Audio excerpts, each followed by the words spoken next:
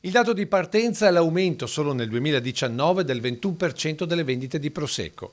Un vero e proprio fenomeno mondiale che secondo molti ha trainato il territorio cuore della sua produzione al traguardo del 55° sito nella lista UNESCO dei territori patrimonio dell'umanità. Un riconoscimento che porterà, stando ad esempi vicini come le Langhe, almeno ad un incremento annuo del 10% nel settore turistico, vera nuova frontiera di ricchezza per le colline tra il Conegliano e Valdobbiadene, ma anche per tutta la Marca e tutto il Veneto. Una ricchezza che però deve essere gestita, come ha sottolineato da sempre il governatore del Veneto Luca Zaia, lanciando la sfida dell'accoglienza diffusa, ovvero niente nuovo cemento per alberghi o strutture ricettive, ma ristrutturazioni dell'esistente.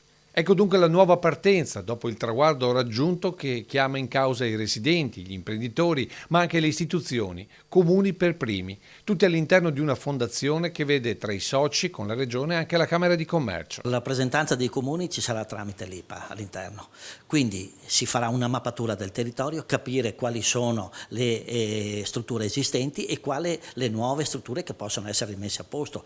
Si parlava nei giorni scorsi di fienili, di stalle abbandonate, eccetera. Quanti sono? Dove sono? Da qui è essenziale verificare i servizi raggiunti da questi edifici, considerando che molti, sparsi tra i filari e per questo estremamente suggestivi, non hanno né luce né acqua. Stessa verifica andrà fatta per le comunicazioni, con zone, un esempio è Collagù, completamente al buio.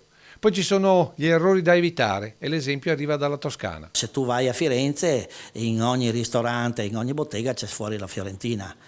Noi non possiamo pensare a questo tipo di modello. Noi abbiamo il Prosecco, ma come dicevo ci sono aziende di primaria importanza mondiale nel territorio che neanche noi conosciamo. Insomma, a questa opportunità bisogna rispondere in maniera corale per una promozione complessiva del territorio e delle sue eccellenze, partendo da quelle enogastronomiche. Siamo la prima regione per DOP, DOCG, DOC e naturalmente per prodotti tipici più di 250. Devono far sistema però.